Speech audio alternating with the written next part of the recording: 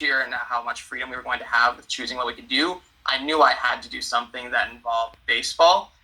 Because as many of you know, baseball has been a big part of my life for all of it. As you can see, I've been very passionate since a very young age. I played for a long time when I was younger, and I did pick it up again this year, but I hadn't for a long time. But even after I stopped playing, I still had so much love for the game. I go to as many games as I can with my family, friends. So something else that I had really gotten into after recently is the statistical side of the game and how much stats have come since the beginning of the game. So my first idea was to kind of research and analyze the rise of advanced stats in baseball, or as they're known as sabermetrics. SABR stands for the Society of Advanced Baseball Research. My idea was to compare previous strategies to today's strategies, to compare how the game is played 50 years ago compared to how it's played now, even compared to how the game is watched. So, as that might sound like a very complicated and daunting senior project idea. And as you might imagine, I got stuck. I got very stuck. I had some research after about a week and a half, but I was really stuck, procrastinated a bit, but I just didn't know where to go. So thankfully, with the help of Miss Chacon and Miss Ryan, proved to actually my senior project to learn how to throw a ball, which is completely different. So my essential question basically came: what can I learn from? Lessons can I learn from how to throw a knuckleball and apply them to everyday life? So before I go any further, let me just explain what a knuckleball is, because I'm sure a lot of you don't know what it is. So a knuckleball is a very slow pitch with no spin at all that has almost a fluttering effect. It's typically thrown between about 60 to 75 miles an hour, depending on the pitcher, although it has been clocked at up to 80 miles an hour. And it's not like the pitchers that do use the pitch have kind of throw it in there every once in a while. It's their primary pitch, and they use it about 95% of the time. And to give you an idea of just how rare it is, there have only been 30 recorded knuckleballers in Major League history. There have been over 10,000 pitchers in Major League history. So that's how rare it is. And I think a big reason of that is that it's so hard to master how to throw it. The origins of the pitch aren't exactly known, but the most widely accepted person as who invented it is a pitcher in the 1900s, the 1910s, I believe, by the name of Eddie Chicote, I think. He basically had a pitch that he called the knuckler, and if you can see, what his idea was to press the knuckles against the seams of the pitch of the ball, and basically throw a ball like that. And that eventually evolved into the grip that is accepted today, which is where you dig your fingernails into the ball and kind of let it fall off your hand. So if you're still a little confused about what it looks like, not to worry, I have a little clip here of what they look like in professional baseball. So here we go. Strowman. Well, that was a terrific knuckleball. That was the whole blade just a wheel swing from Blake Schreiber. He swings and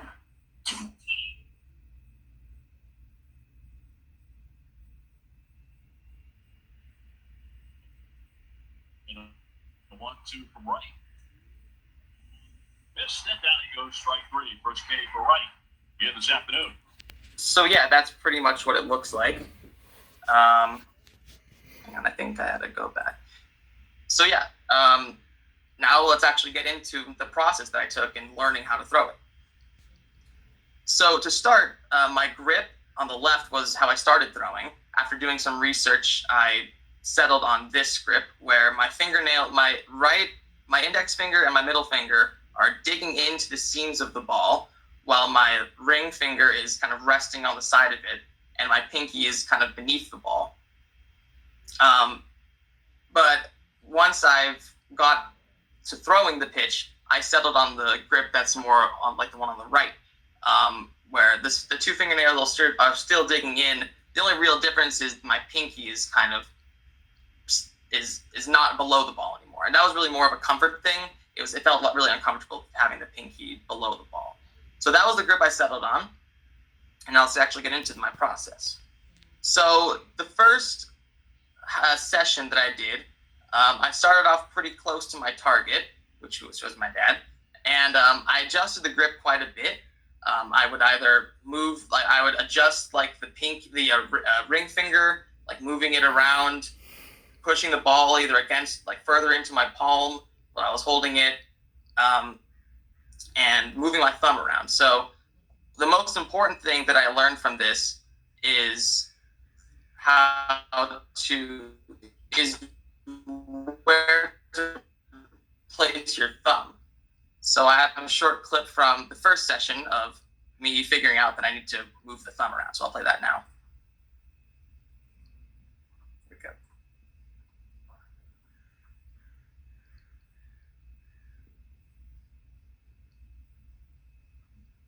Well, that was perfect.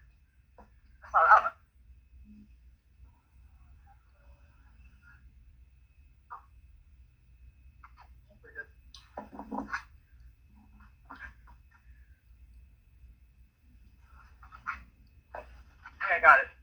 I got the fit, or the lack of fit. I think I know why too.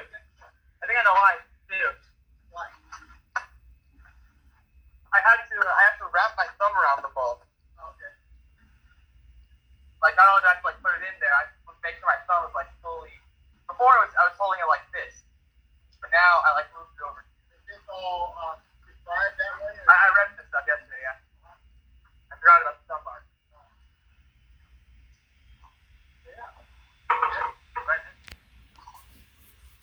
So yeah, that's pretty much how the first session went. The first session went surprisingly well for me, honestly. I had really good success. I got a lot of pitches with no spin, and I was feeling good.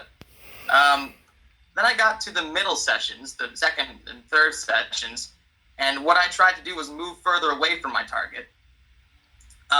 Unfortunately, this was not very successful for me. I made some small adjustments with my pinky and ring finger, but I was getting way fewer amount of pitches with no spin on them.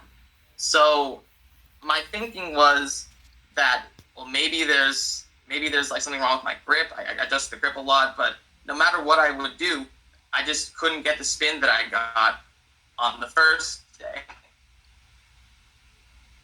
And I was not feeling very good about the progress that I was making. I figured I was moving in a wrong direction. But I think the problem was that I moved further away from my target far too soon. Because in my mind, I was hoping that by the end I'd be able to throw the ball from the mound, basically. And even from these pictures right here, as you can see on the right, I'm not near the mound. I'm still a good maybe 10 feet in front of where the mound would be. So for my final session, I decided to move closer to my target, about as close as I was the first time, and just really focus on getting the spin down. And by then, I had the grip down. I basically had the pinky up, the ring finger resting below the ball almost, and the two the middle and index finger were pushing against the seams as hard as I possibly could. So here's a little, and this, thankfully, I had a very good session for my last session. Here's a little, it's a very short clip here, but I'll show it. Wrong one.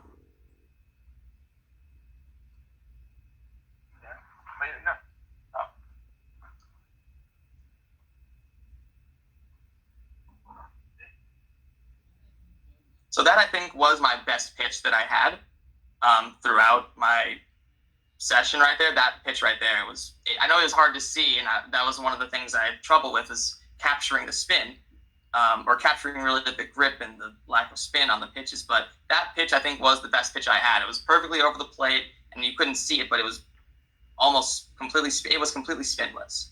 So that concluded my practice session. So that I had to think about really what I had learned from all of this.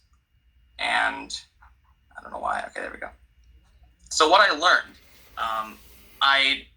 learned the importance of taking small steps and accepting small victories along the way.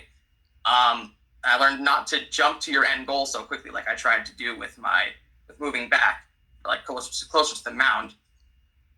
And going back to my initial idea, and I've struggled with things in the past with the advanced stats project, to not overwhelm myself or give myself an overly difficult task. Be realistic, really, and learn that it's okay to either make sacrifices or have to like quickly change what you're doing in order to succeed, and that's what I had to do here. So I learned a lot from just the few sessions that I did with my dad, but I think I can apply them to pretty much any situation in my life. So yeah, that concludes this presentation. Thank you. So if anyone has any questions, feel free to ask them. Thank you, Ari. I thought that was great. I actually had the pleasure of listening to it yesterday, and I still, I really enjoyed your presentation today as well. I actually have more of going back to the knuckleball, as somebody that does follow baseball a little bit, so having a knuckleballer, is that something that teams aspire to have? Are they kind of a hot commodity, or are they just kind of another pitcher? They just kind of show up every now and then. Like it's not like there's one knuckleballer on every team. I think there's only one that's still active today in all of baseball. I mentioned earlier about how there've only been 30 knucklebballers. That's over the course of baseball history. Like it's not like there's one on every team right now. There's only been 30 ever. So to answer your question, no, they're not really like most teams don't set out to look for a knuckleball pitcher. If they happen to have one who's like really good and effective, then great, they'll take it. But the vast majority of pitchers, and I mean vast majority of pitchers, do not throw this pitch, and that's what makes it so different. That's really what interested me in the first place. Hi, this is your target speaking. Target? Yes, your dad. Anyway, I'm just wondering if you're a stats man, and that seems to be the direction you're headed. If there's any stats that are relevant that compare to other baseball stats for pitchers that make knuckleballers look like effective pitchers. Well, something that's really popular now with stats is spin rates and like how many like spins per minute a pitch gets on average. Obviously, with the knuckleball, it's supposed to average 0. It literally does not spin. And I did manage to get quite a few of those in my sessions, but it was not like there were plenty of times when there was a lot of spin on the pitches. So I guess the only thing I can think of would be comparing spin rates between certain pitches. Like for a fastball, it's going to have a lot of spins, but for knuckleballs, it's going to be literally 0. So, but spin rates are something that analysts like for teams look at, and like who has like better spin on their pitches, who literally gets the most spin. So cool. That's something that they look at today. Cool. Thanks a lot. Hey Ari, Mr. Pham here. I came in a little late, but I was interested because I'm a baseball fan, and I saw your blog as well. In my lifetime, there's only been like 3 knuckleballers that have stood out. Tim Wakeman, R.A. Dickey, and then like really like a long time ago, Tom Candiotti used to play for the Dodgers, was a knuckleballer. What do you think separates really good knuckleball pitchers and like decent or mediocre knuckleballers? Like there's not a lot of knuckleballers that enter the major leagues. What's so special about those knuckleballers versus other people that try to throw knuckleballs? I think the key, and I was reading this yesterday actually, between like a good knuckleballer and a bad knuckleballer is if they can manage to get the pitch lower. Because typically in baseball, you want to keep your pitches low so batters can like have to basically move down to get out. They have to get under. It makes getting onto the ball a lot more difficult. So the lower you can get your knuckleball, the more success you'll have. If you leave the knuckleball up, it's basically like throwing the batter like a really slow, it's like you're basically underhanding him the ball to whack out of the park, and that's what happens if you leave it up. So the key is, and that's why, which is so hard to get because it's hard to control the pitch in the first place. So the key with the most successful pitchers, in my opinion, is they're able to get the ball lower than others. So they were able to make sure the ball can end up near the bottom of the zone or like lower than other pitchers can. So, yeah. I want to ask a question. What makes a knuckleball so hard to hit? Why do batters have a hard time hitting it? It's a good question, and I think the reason is that it's unpredictable. Even the pitchers, a lot of the time, don't exactly know where it's going to end up, and especially the catchers too. So they have to make really difficult adjustments. So most pitches have like an expected trajectory. If you're throwing like a fastball, it's not gonna move. It's gonna go like right to you. If you have like a curveball, and you can tell it's a curveball. It's gonna go like that pretty much.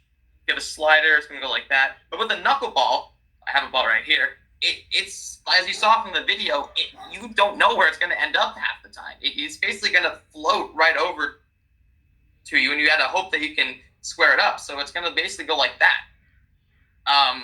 So that's, I think, what makes it so difficult. The unpredictableness, the unpredictability of the pitch is what makes it so hard to hit if used properly, of course. So. Any others? Great. Yeah. Any other questions? Okay. Thank you, Ari. And that concludes our session today.